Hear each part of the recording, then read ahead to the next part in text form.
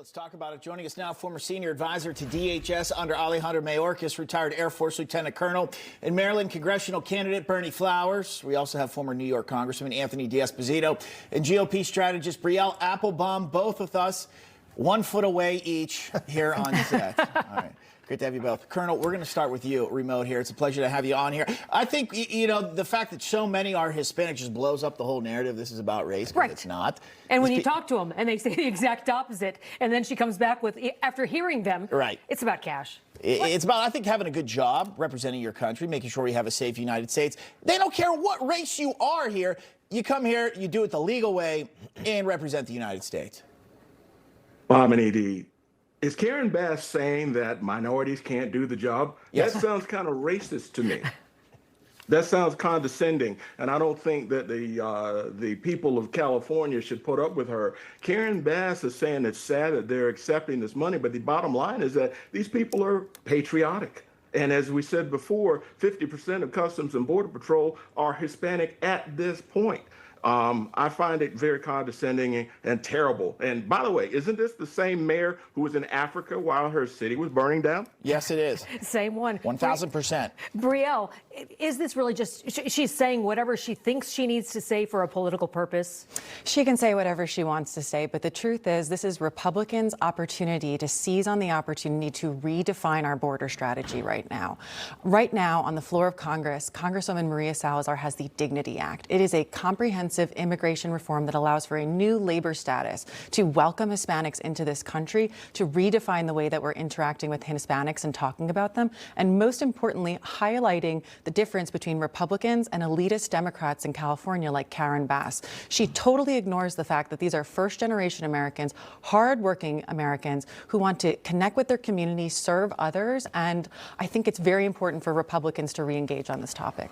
Congressman, your last name is D'Esposito. My last name's D'Esposito, but my mother, born in Puerto Rico, Mendoza. I mean, this, first of all, insulting, elitist. I mean, you know, what this tells us is everything that we already know. Karen Bass is completely against public safety, whether it's slashing the budget of the firefighters who, you know, unfortunately watched as L.A. burned because she didn't provide them the resources that they need, or now insulting hardworking CBP members. And the fact is that Hispanics, regardless of where you're from or what your origin is, these individuals want to serve the American people. They want to serve the United States of America. And more importantly, is just like we've seen here in places like New York with cashless bail and criminal justice reform, where they affect the black and brown communities the most, the disastrous border policies set in place by Joe Biden and Kamala Harris, they have affected the Hispanic population the most. It affected their schools, their hospitals, their housing, and quite frankly, now they see that there is a commander-in-chief in the White House. I've said it before, and I will say it again. As someone who's worn the uniform, we have never had a greater friend in the Oval Office to law enforcement than we do with Donald Trump. And that's why all Americans want to be joining the military. They want to be joining federal law enforcement because they have someone that supports them.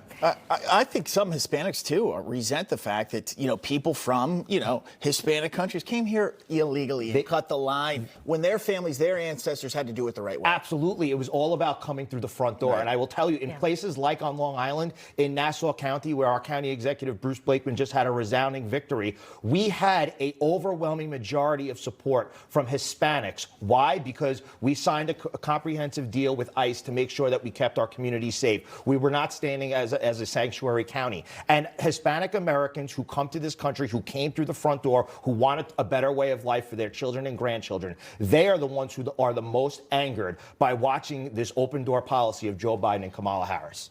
Yeah, Bernie, it seems like, well, we listen to the report and they talk to the people who've been joining ICE. They say, you know, when you're asked, how do you feel when you arrest your people? They come back and they say, these aren't my people. I came in the right way. Are you seeing that when you're out there on the campaign trail as well, seeing that there's just this difference between, you know, come here, do it the right way. You're an American. We are happy to have you here.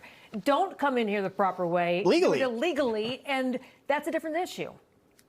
Karen Bass is the disruptor. She is a negative person, and she's just trying to use this situation to further her own means. And the bottom line is that just because you're a minority doesn't mean you're not a patriotic American. I applaud these agents. We need to hire as many as these legal agents as we possibly can, people who have come here to the United States for the American dream, and I applaud them. And as far as Karen Bass is concerned, I hope that the voters of Los Angeles turn her out. I don't know if that's going to happen. Don't hold your breath. Colonel, that's... I can try. Yeah, of course. Of course. All right. Berney, Congressman Brielle, thank you very much for being with us.